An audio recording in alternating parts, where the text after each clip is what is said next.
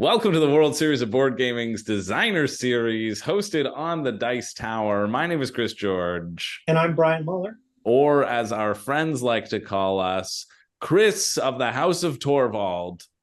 And Baron Brian Harkonnen. That's right. We are keeping up this bit, and we are interviewing a better Paul than Paul Atreides. We have Paul Dennen today as our designer, and I am thrilled, super excited to interview Paul. Paul, the designer of Clank and Dune Imperium. Yeah, I'm excited to get into it. How about you, Brian? Definitely. Clank is one of my son's favorite games. We like the Clank in space, which is just filled with all kinds of nods to the genre. So yeah. It's just going to be a lot of fun to interview Paul. And we should also mention that Paul is also the VP of game design for Direwolf Digital as well, which are the brains behind Clank and Dune Imperium and all of that sort of stuff. We're going to get right into it because you don't want to listen to us. You want to listen to the great designer and our great conversation. As you know, we're doing this series as part of the World Series of Board Gaming Designer Series. There's still an opportunity as you're watching this to get your tickets for this year's event happening September 24th to the 28th in Las Vegas, where you can win yourself $25,000 by just playing board games and having the best event of your year. So feel free to check out WSBGvegas.com for more details on that. But we're going to turn it over to the interview with Paul. But make sure you also stick around until the very end. We are also going to tell you how you can win yourself a copy of Dune Imperium or one of the expansions. But more information on that at the end. Let's turn it over to the greatest Paul we know. And here we are joined by Paul Dennen. Paul, how are you doing today? Thanks for joining us. Thanks for coming on the show. Thanks for having me. I'm doing great. Yeah, happy to be here. Yeah, so why don't we just jump right into it? This is the World Series of Board Gaming Designer Series, as you know, and what we've been doing in past iterations, a good sort of intro question is, how did you get involved in board game design? What made you want to start designing board games? Maybe walk us through a little bit of your inspiration and your history with board gaming and how you decided to take that step into designing games and thus making some of the biggest hits in the board gaming space ever. Sure, I'll try to keep it short, but basically, yeah, I've loved board games since I was a kid. Grew up in the '80s playing a lot of board games. Played the traditional stuff, but also had an older brother who got me into stuff like Squad Leader. Like the pretty heavy, text-based war games. We played a lot of Upfront, which was like a card game version of Squad Leader.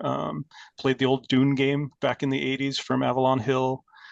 So yeah, I have basically a long history of loving and playing them as a kid. And then as an adult, I went into computer science, became a programmer, worked in some fields that I wasn't as passionate about, and kind of just did it on the side as an amateur hobby thing that I made board games. In the mid '90s, I'd say I put together several amateur designs. Cool. Yeah. One was a hex-based, hex-based war game. It was like a fantasy war game with like modular tiles that you piece together. And then I played Settlers of Catan. And I was like, wow, that is really different from the kinds of games that I grew up playing. and that inspired me to make I guess you'd call it more Euro style games. And I put together a few of those kind of amateur designs in the '90s. All of this, I wasn't really at the time thinking about getting into the industry because it didn't feel like much of an industry back then. It felt like, all right, there's some German companies putting out some great board games that I really enjoy. But for the most part, not looking to make a career out of it because I didn't think that was possible. But I did, at the same time, I had this parallel thing starting with my Apple II that my dad purchased in the early '80s of trying to program my own games too. So I was more on the path of becoming like a video game, either programmer or designer. Even back in the '90s, the video game designers wasn't really a thing either. It was like you were a programmer and you designed the game too. So yeah. So I was lucky enough to break into the video game industry in the late 90s, early 2000s. And somehow along the way, I transitioned from video game designer to board game designer. I can't fully explain it. It just kind of happened naturally. I'm one of the co-founders of Direwolf Digital, and we started as a video game company. It's even in the name, digital. Right. Yeah. And still huge fan of board games. Other co-founders also huge fan of board games. So we played, as a hobby and for fun. And then, with the rise of board games in the 2010s, Kickstarter seemed to kind of bump them up. We kind of decided, hey, why don't we try to do this as a company thing as well as continue with our digital stuff. Interesting. That's cool too, because I also feel like Kickstarter was a fairly, especially like back then, it's now super synonymous with board games, but I still think it's fairly synonymous with like indie video games too, right? Did you ever consider, did Direwolf Digital ever pursue the Kickstarter route for like video games in that aspect? We did not. No, that's an interesting thing that we can probably considered, but we had like kind of a business model of partnering with other game companies and making card games based on their IPs. So we didn't necessarily make our own in the age of Kickstarter. We weren't making our own original IP video games as much as working with partners. Cool. And then so from there, so Direwolf Digital, when was that created? 2010 was when Direwolf was created, but I have to say, I work with the co-founders of Direwolf. I've worked with since 2005 when I first moved to Denver to join them at a different company. So it's been a long time, almost 20 years of working with the same leadership team. And how many people are on that leadership team? Just a handful. Just a handful. Your core three of us that we're the founders of Direwolf and drive the ship, so to speak. Yeah. Scott Martins is the leader. He's the president. He was the president of Worlds Apart, who decided to. If you don't mind a quick detour, basically, I came out. I love it. That's what these conversations are all about. It's learning the history, because that's what I love about like board game designers, especially, is I feel so many people come from a varied background of different things, like in mathematics, computer programming. That makes sense, right? We had some come from the artist side of things, and like the art design also in like the computer realm. So I think personally, I feel it's relevant, and I think it's interesting. So our viewers will also, I'm sure. I caught part of Manny Tremblay's interview, and I found it interesting that he also had a computer game background. So like maybe it's more common than you might think. So anyway, in 2001, I worked for Electronic Arts. Cool. A tiny video game company. Yeah, a small company. They haven't. They're still. Are they still around? Seems like they might. They might be still around. Yeah, they might be. But I actually didn't end up working for them all that long, because they hired me to one of their affiliates in Virginia called Kesmai, which made some old classic mud text-based RPGs. And they laid me off, and I had like moved to Virginia, and I decided I'm going to make a video game, and I made one. I basically made an online 4X strategy game, and my now boss started playing my game, and that's how we met. That he kind of like played a lot of my game and like kind of invited me out to Denver to join his small company as a designer. And at the time, like I said, in the 90s, like I didn't think about even being a designer. It was just like, I'm a programmer. I'm programming this game. I'm making decisions on what is in this game. What I mean? I never thought about like, oh, you should maybe think about separating game designer and programmer, which became very common. And now it's, everybody does it. Right. So anyway, I joined him. He had, a bunch of projects that we worked on together for both Worlds Apart, and then we transitioned, became Sony Online Entertainment's Denver branch, and made like an EverQuest card game, a Star Wars card game, lots of fun digital projects along the way to Direwolf.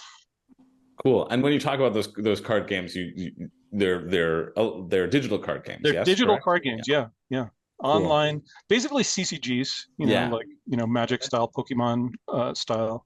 Legends of Norath was our online card game where you could collect, as an EverQuest player, you could find cards in EverQuest. Sometimes you cool. defeat a monster, find this card, and you can redeem it in Legends of Norath. That's really cool. That's a really cool crossover. It was a neat idea. Yeah, yeah, for sure. And then so Direwolf Digital was created in 2010, and then what was the first title then that Direwolf put out, I guess, in terms of board game form?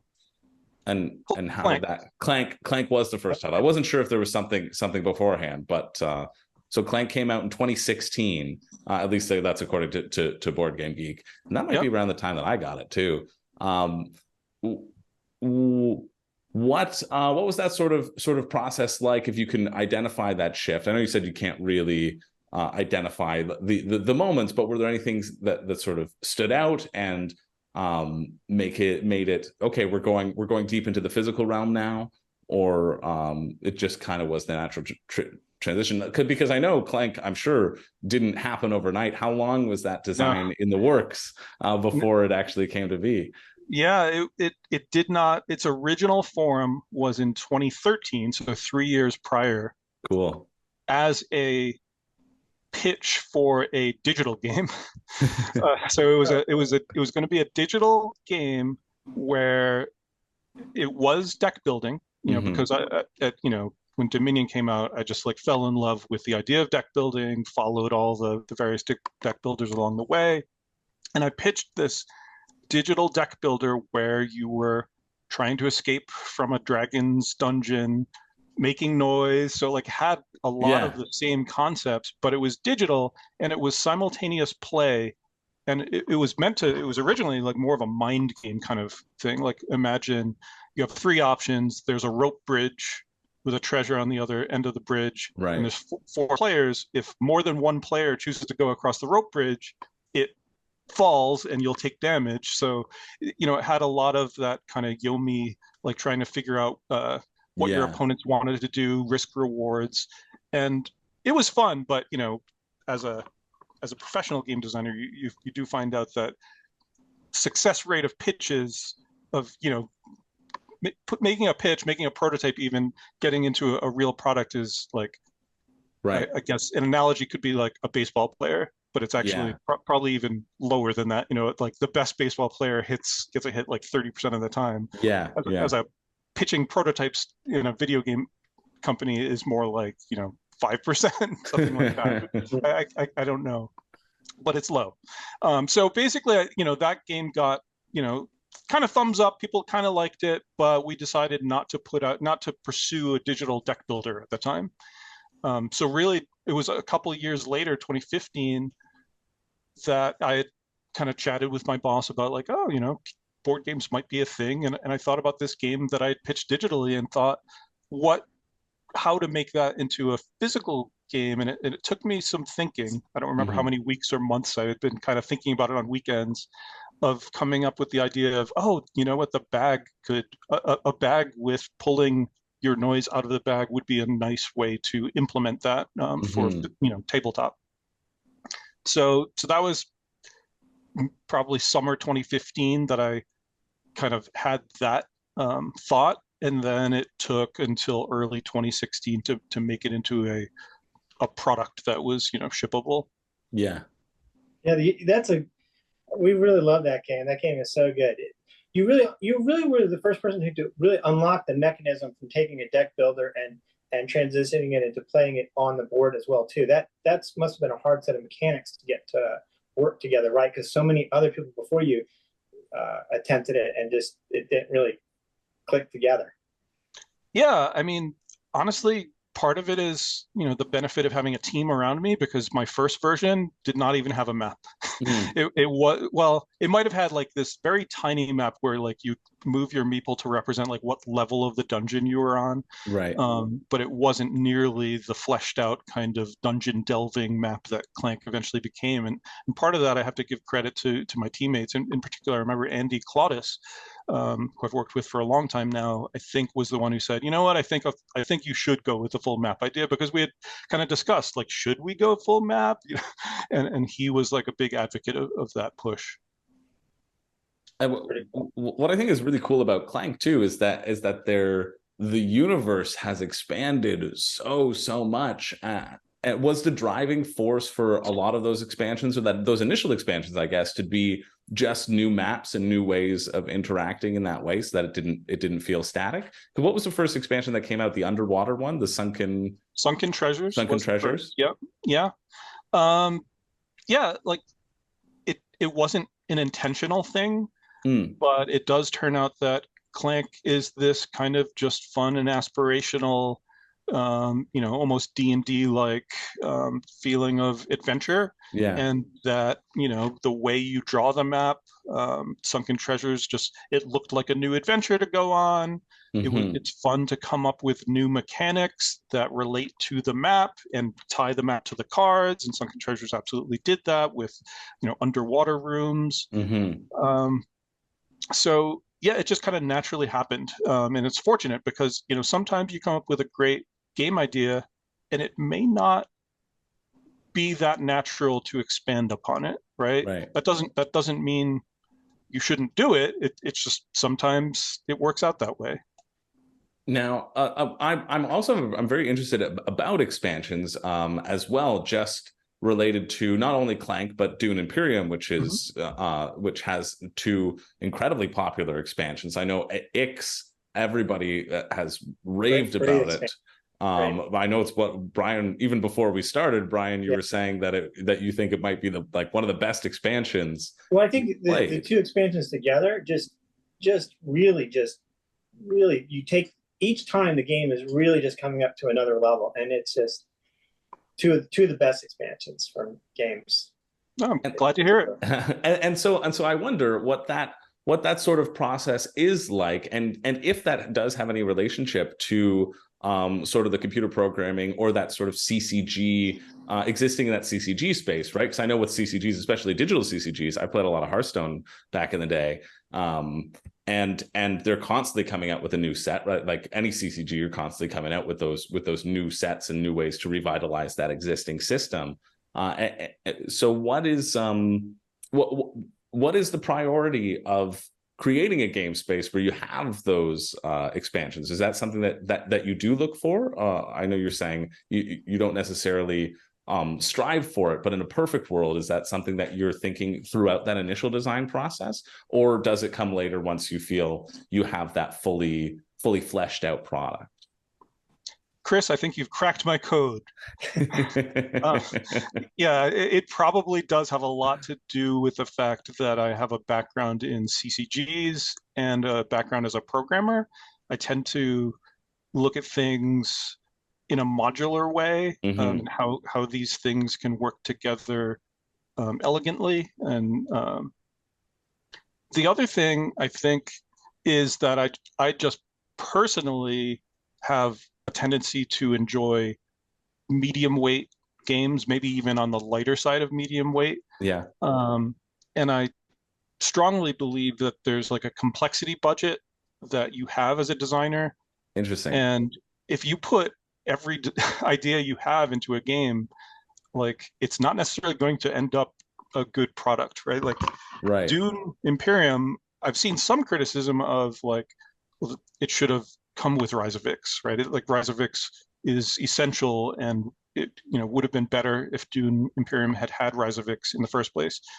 I do want to state up front, I had no idea. I had not designed Rise of Ix mechanics before Dune Imperium had already shipped, was being played by gamers when I started designing Rise of Ix. So it was in no way like withholding ideas. It was more that I found when I put the base game of Dune Imperium in front of playtesters, both my design team, my teammates who helped me kind of craft and develop the game, and then also new players, I found that it was already bursting at the seams with complexity and ideas. And we actually cut ideas towards the end of development, not there was no consideration of like, some of the stuff that Rise of X did, such as like, wow, wouldn't it be cool if the spice economy was richer and there were more ways to use your spice? It was just not really a consideration because we were observing players who were like, wow, I'm getting overwhelmed, right? So we had to like solve those problems by cutting, not adding. Right. And, and I think the other piece here is that I just strongly believe in core concepts, a foundation of gameplay. And I guess I probably just naturally, because of my CCG background, start with the search for core mechanics that are a strong foundation that leave a lot left to build on top of, right? So I'm building this like large concrete foundation in the ground, and then later we can build like different towers and buildings on top of that foundation. That's cool. I have an interesting question because recently, after talking to one of the designers in one of our interviews, I got invited to be a beta tester, which is an interesting experience for me. But I kind of started to see things a little differently about game design. And it seems like when you go about making an expansion, correct me if I'm wrong here, but it seems like that they put in a lot of extra content knowing that they're going to cut back. How do you approach beta testing like that, or there's some insights to the way you go about beta testing? Yeah, that's a good question. And there might be a difference between my situation and a freelance designer, for example. I do absolutely throw a lot more at in the design process than I expect to survive to development process when you're streamlining the game. And my teammates know that, but I would not consider that phase to be anywhere close to what I would call a beta test. A beta test to me sounds like it's a candidate for being done, but we need to put this in front of other people and make sure that we're not way off or even off by a medium amount. Yeah. So I have the fortunate circumstance of being surrounded by a team of other designers and developers who help me get to that state. So we basically, I'd break it up into a personal designer, using Notepad, whatever prototyping tools, coming up with the core design, then putting it in front of other designers. And it's still pretty raw at the time. And we'll even tell each other, like, this is broken, ignore that. Just trying to feel out, some of the core ideas here. What do you think? And the benefit of having other game designers is that they know how hard that is to get something to be even reasonably fully formed. So they can kind of set those things aside and just focus on what you want them to focus on. I've seen it referred to by some video game designers as squinting. Like, look past, imagine you're playing this 3D game and like artists haven't worked on it yet, so we've just got like block figures moving around. But like, don't worry about that. Squint and think about like the gameplay only here. And good designers and developers are able to do that. So maybe that was like a long-winded way of saying that I don't know. Like, I can certainly imagine that freelance designers are in a different position because they probably cherish every chance to like go to like a game convention, for example, and talk with other designers and put their designs in front of other designers, the way that I have the fortune of doing it on a weekly basis with my team at work. Yeah, that it's just you've got this built in, and especially when you work with the same people over and over and you have that common language, right? I feel like that would accelerate that process pretty significantly. Absolutely. Yeah. I mean, just most processes, whether they're creative or even like just pure engineering and logic problems. Yeah. Most processes, when you add people, you're going to increase, the chance of it being great up to a point, right? Like there's also the too many cooks problem that you will hit, and like the mythical man month engineering problem that you will hit too. But in terms of a small group, just a few people, even like up to 6 people, like thinking about something and giving quick feedback. To me, I found it invaluable. Basically, we have this kind of structure where every designer kind of has their own project that they're assigned to, right? And so we can half the time or most of the time be working on our own stuff, tinkering away at spreadsheets, doing solo playtesting to try stuff out. And then we're also, it's great to get a break from that stuff when, you know, one of your teammates says, hey, I've got, you know, I'm ready for a multiplayer playtest, if people Right. can join me. So it's a nice blend of all the phases of development. And we've got, you know, at Direwolf now, we've got several tabletop designers, several designs in progress. The one we just recently announced was the Invincible hero building game. Kevin Spax. So did you get to play test a little of that? Or? Oh, more than a little. I'm like the, you know, one of the game directors, you know, so I'm the VP of game design at Direwolf. So, you know, I'll see a lot of these things in their early stages. And that one I was really excited about when Kevin showed me, you know, he went through a few ideas and then he showed me this one idea that's pretty close to what we've announced. And I was like, yeah, that's great. Like, let's go forward with this, and showed it to my boss. And we're all excited about it. And yeah, I can't wait for people to start playing it. Yeah. I mean, it's such a great IP too. Like, it's just got chock full of just fun, right? Of stuff exploding out of it. I'm interested in terms of being the VP at Direwolf, and you mentioned sort of in-house designers versus designers. Do you get a lot of submissions, and how do you navigate choosing games that aren't your own designs to move forward with, or aren't part of like the core team of people, right? How does that decision come about, and what does that process look like? Sure. So far, we've mostly focused on internal design. So you know, I've spent a lot of time over the last couple of years interviewing designers, checking out some of their rough prototypes as part of the interview, and then just asking them if they want a job. And then we bring them in-house to design and develop games. Nice. We historically have not done worked with freelancers, but that has changed over the last several months. We've definitely checked out a few freelance designers. The thing is, I think it would take us committing a bit more to that to make that more of a reality, because there's so many like conventions we could be going to, right? You know, where you can like sit down and check out a bunch of games in rapid succession. So we just kind of like slowly do it through some emails. So it's not, I wouldn't call it a formal and a large part of our process now, but it's something that we are certainly considering getting more into. Cool. And so how many in-house designers, I guess, does Direwolf have right now, would you say?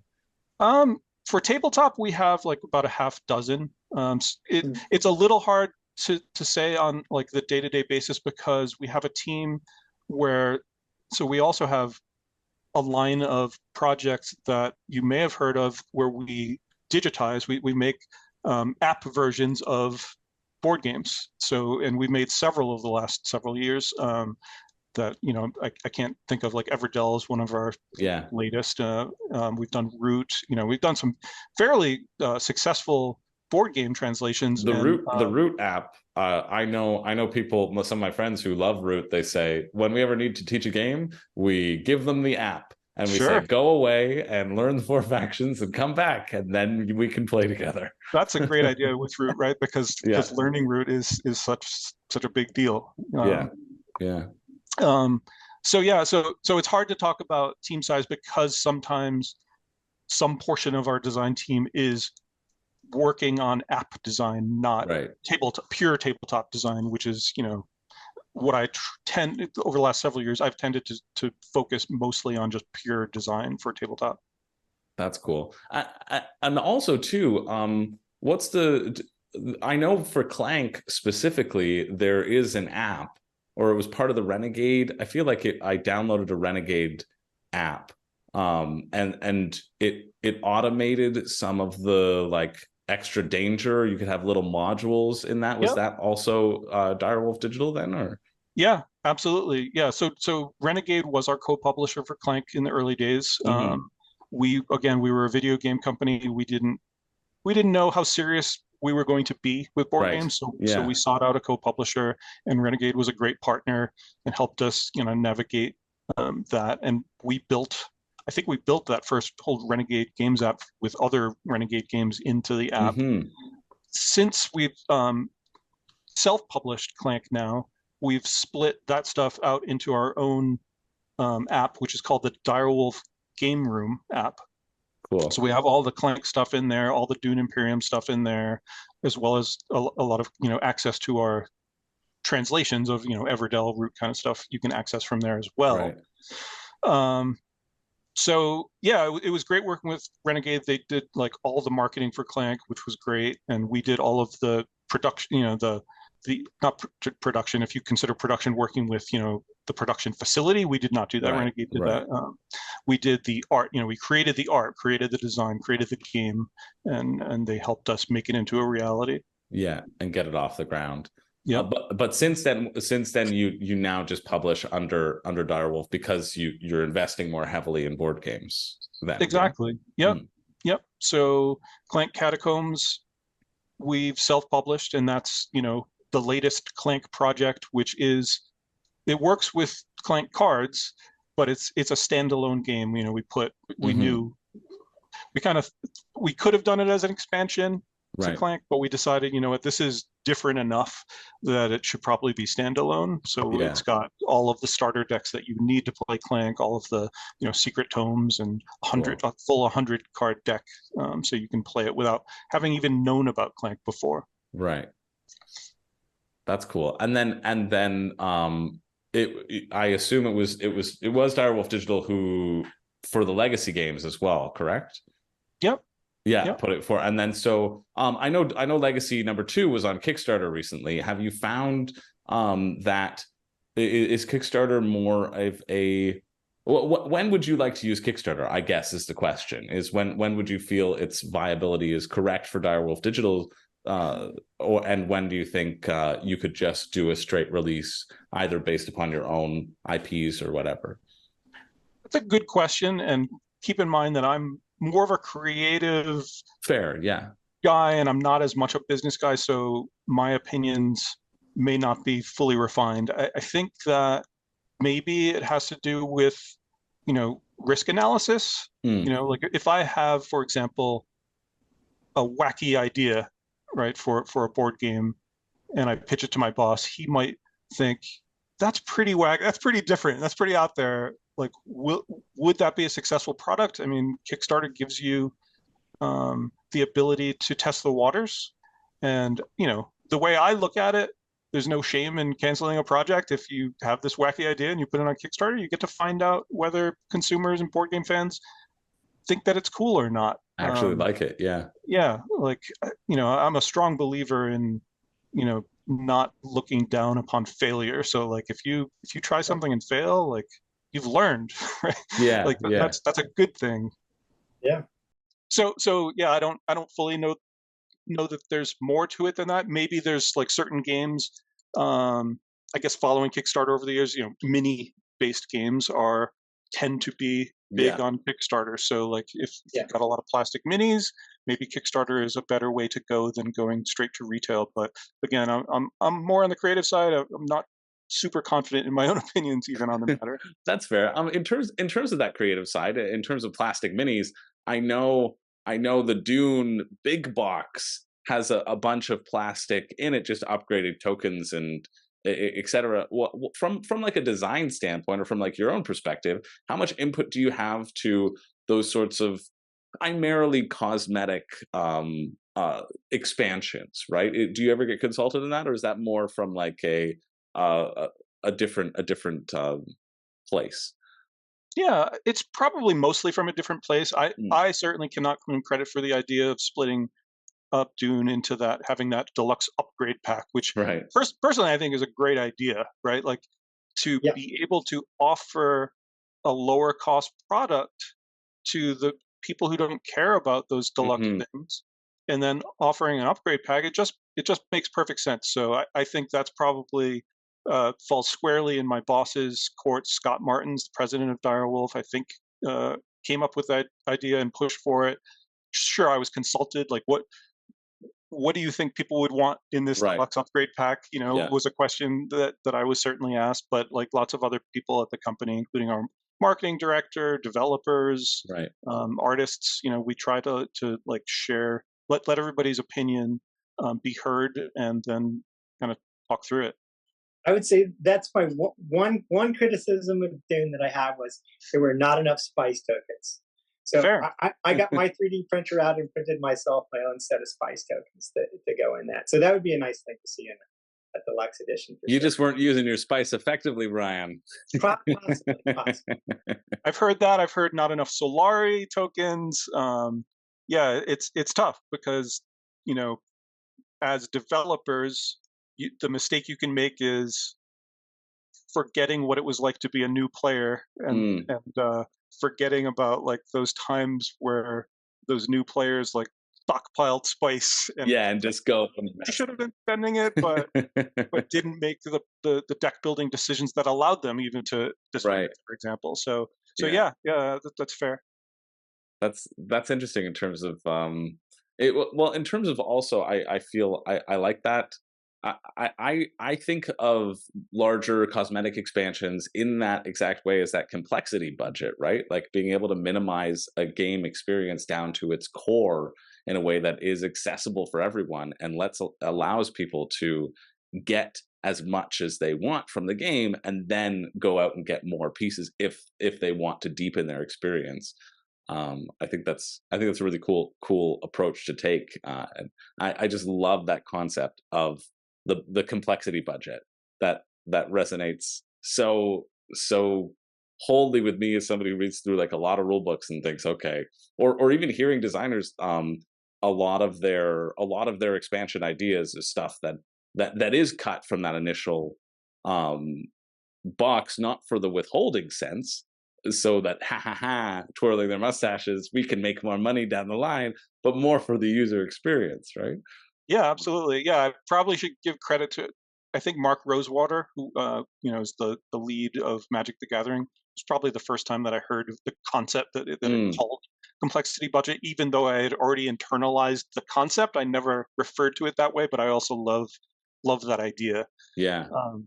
Dune, I actually, even up till the last week of development, wasn't sure if we had stepped too far. I recall bringing in another Magic player, LSV, Luis Scott Vargas, was one of the developers on Dune Imperium, and I think the last questions I asked him was, you know what, Luis, like, you've now played this several times. What do you think about control over the Arrakis locations and Siege Tabor requiring 2 influence with a Fremen to visit? Because those things. Right.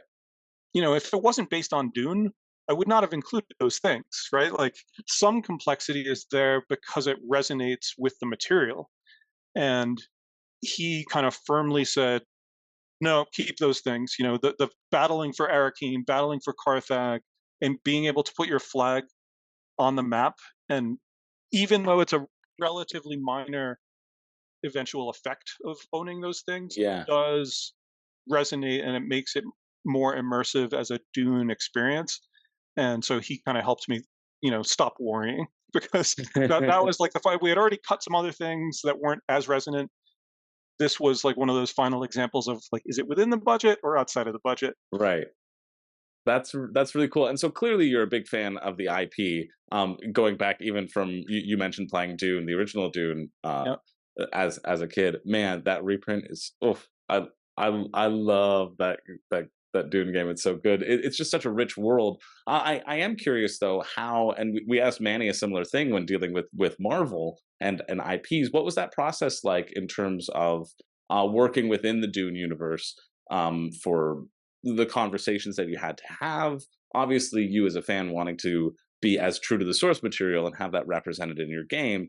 But what are these sort of outside conversations, and how did that even come to be? When did you say, yeah, I want to do a Dune game? Or did this exist maybe as something else before you got the permission for Dune? I'm curious as to all of those things surrounding it.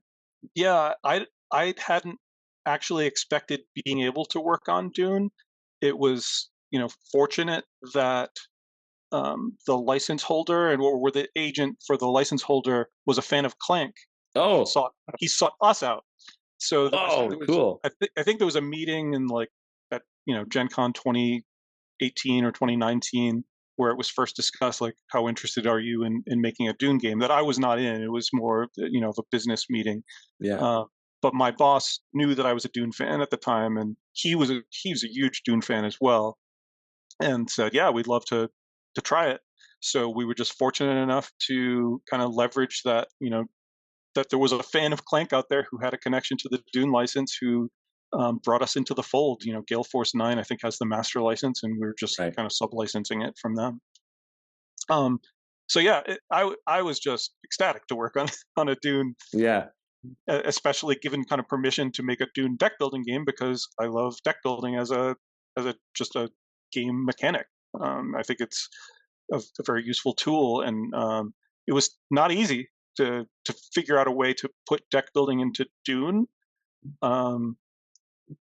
Partly because Dune is just about different things, and different houses look at things differently, and deck building tends to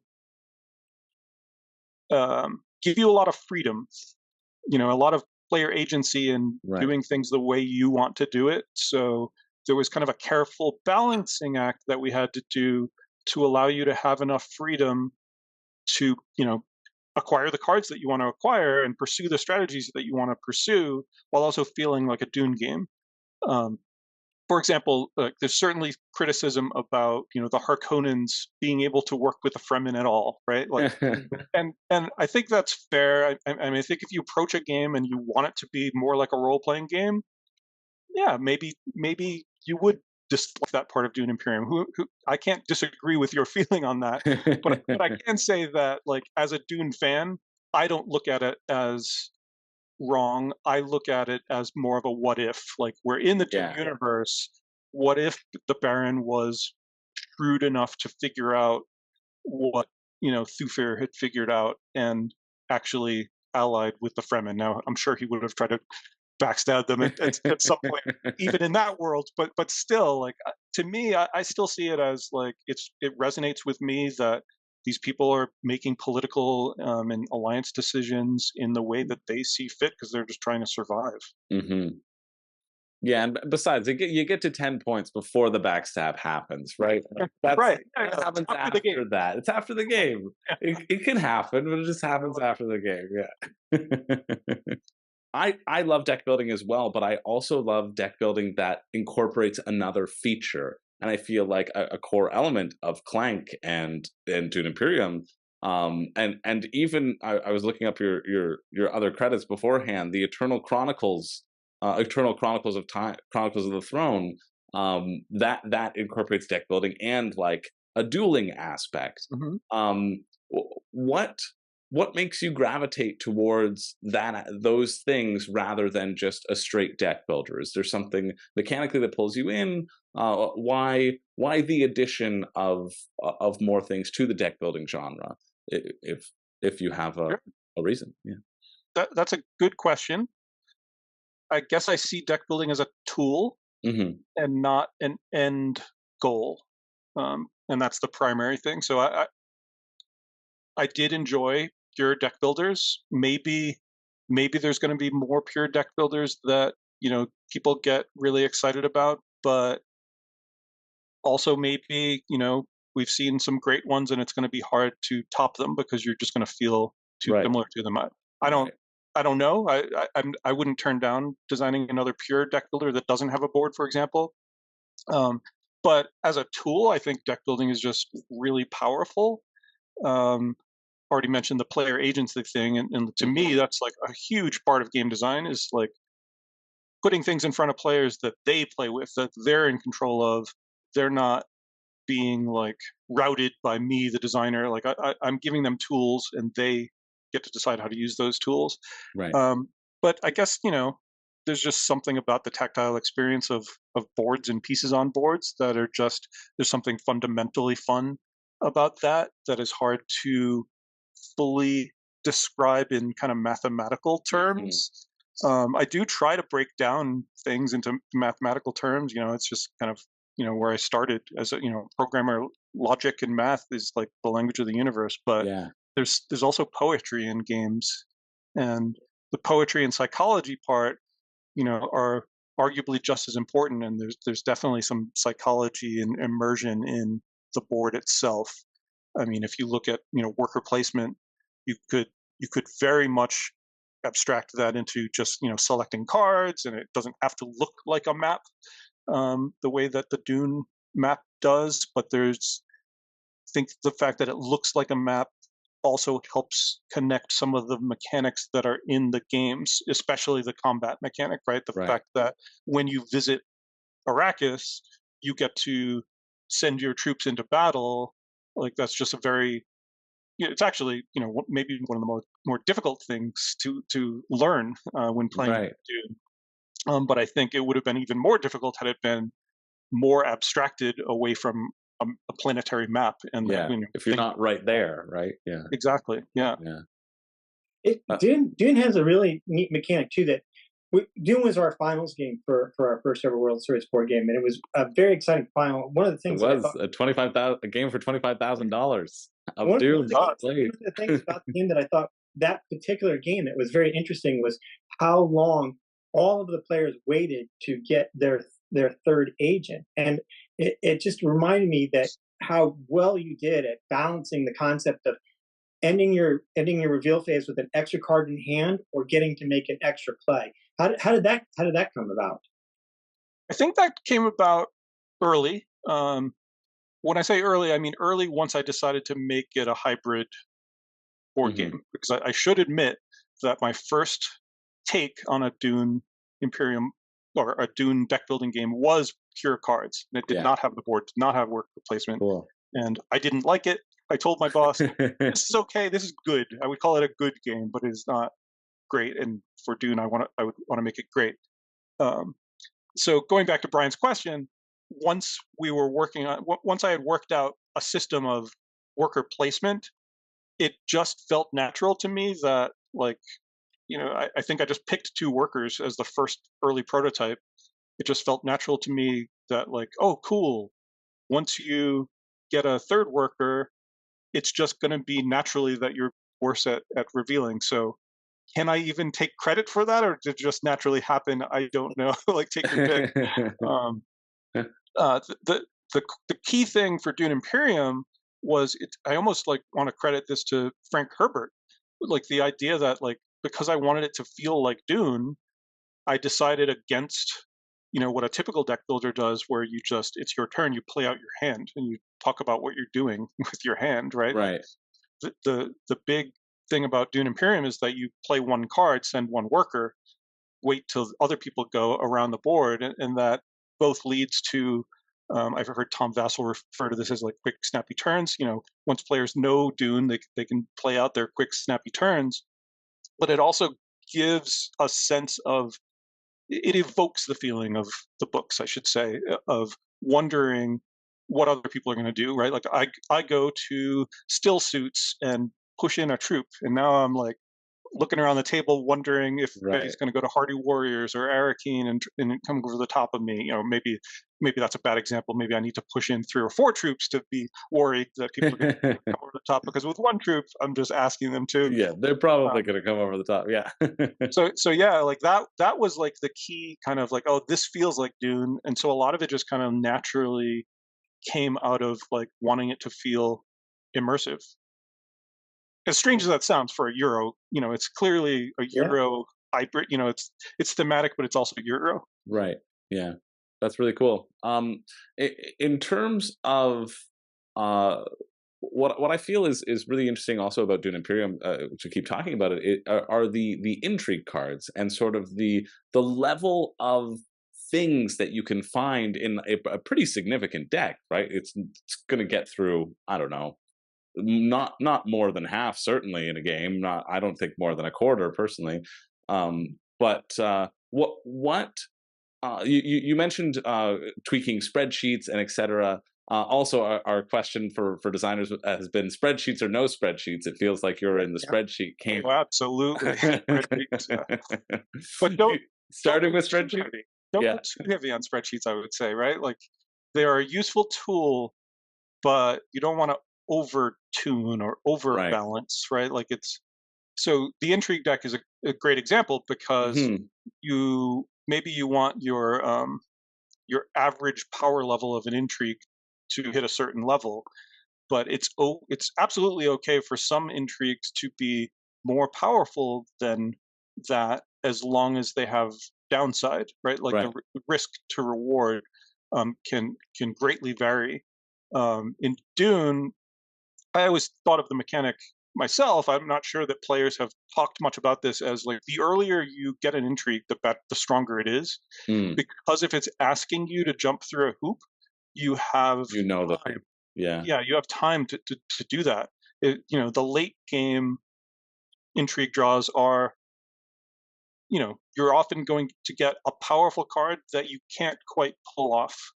Some of the ones that reward you VPs, for example, Right. plans within plans is, probably the biggest one in terms of it can give you 2 VP, but Hmm. it's asking a lot of you.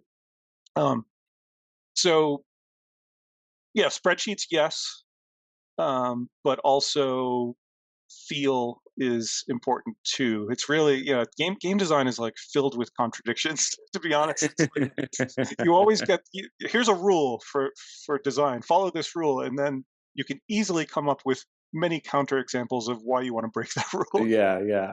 Definitely a lot of poetry there in the contradictions. Absolutely. We don't have too much more time. I don't want to take much more of your time, but I do want to ask about the latest release, Wild Tiled West. I think I got that name right. Yeah, I did. Yep. Wild Tiled West. This is your design as well, and it's also a deviation from deck building. So how has that? What was playing in that sandbox like, and why did you feel the desire or need to deviate from Sure. Um, well, Wild Child West is one of the wackier creation stories it?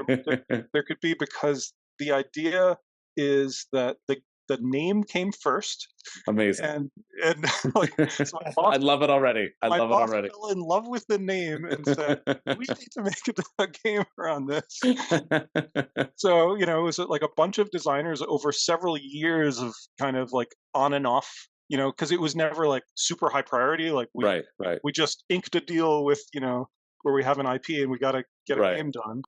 It was But more of like, also, there's Wild Tiled West. right, exactly. There's this fun name that I'd love to see made into a game. So we had like several prototypes over the years. To me, it was fun to go outside of deck building and explore something else. Hmm. It's got drafting in there, like tile drafting, where you basically roll dice to randomize which tiles are available, and that, at least it's not quite like deck building. It's somewhat like the deck building that I tend to enjoy, which is Mm. the market row style of deck building. You've got a deck filled with random cards or different cards Yeah, instead of stacks of cards, right? yeah, yeah. I find that creates tons of replayability. It's actually very skill intensive in terms of figuring out how to react. Like, is it okay right now to get this card? Right, I think that translates pretty closely to the way you draft in Wild Child West. Like, is it time to start taking care of my bandit problem, right. right? Like, or am I okay just like piling up some bandits to get value to fill in some towns? People probably have no idea what I'm talking about by the time you publish this, because the game's not quite out yet. We've sent out some pre-orders, so some people have played it, and it's going to be at Gen Con. We'll be selling it at our booth, and Amazing. then hopefully it'll be in stores shortly after that this summer. Yeah, I believe this episode should be coming out while Gen Con is happening. So if you're watching this, Head on put over down to your the computer, go over to Direwolf booth, and check out Wild Tiled West, baby. Absolutely. Yeah, no, it was fun. Polyomino games aren't my wheelhouse, but at the same time, Tetris is probably my favorite game of all time, right? Like, Cool. I don't necessarily always play board games. Like, I'm a huge video game fan, Mhm. and I've been addicted to Tetris for decades now. What's your highest score on Tetris? Well, I don't know, because there's different versions of it, right? So Fair. Yeah, yeah, yeah. I play Tetris 99 a lot. and I play on like the once you win against 98 people, you get promoted into the can't remember what they call it league, Right. and I can still win most games in that league. Basically, I play. That's pretty good. Yeah. I feel we got a Tetris shark on our hands here. I'm upfront about it. I'm not. Yeah, that's true. Yeah, that's true. Um, well, since we are nearing the end of our time, I always like to finish with this question. Other than yourself, and I suppose your intrinsic design team, what are some of your favorite games out there, and some of your other favorite designers that you have enjoyed in the board gaming space? Sure, great question. In the video game space too, if that informs your design elements as well. Sure, I mean, I definitely. Sid Meier was a huge influence on me in the video game space. You know, one of the first games I bought when I had a job, I went to Egghead Software, I think that was what it was called, and bought Civilization and played a ton of Civilization. Oh my god, I love that game. And the ideas that the way he put that game together, it was very tabletop like. You know, it was more complicated than a tabletop game, but there's something about it that's not as complicated as a lot of other video game strategy games. Anyway, so I'll transition to tabletop. Ra is probably my favorite board game of all time, and I was glad to see that in the World Series of board games.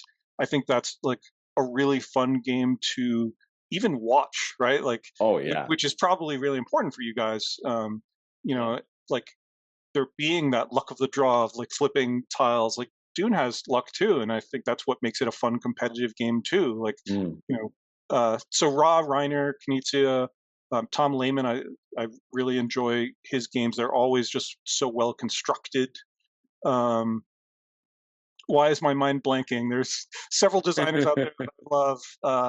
Johnny Pack, I love Coloma. I backed his expansion for Coloma recently. Oh, nice. Yeah, just finished up on GameFound. Yeah. Have you were either of you played it? Because I have not. I haven't. I read through the rule book while it was on GameFound because I was doing my delving into it. It looks really neat. Sure.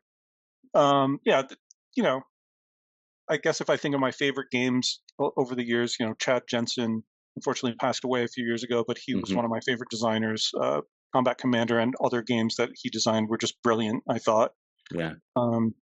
So yeah, I'll stop there because like I could go on just thinking about my favorite games and then, you know, the designer who made them, Combat Commander being one of my favorites. Yeah.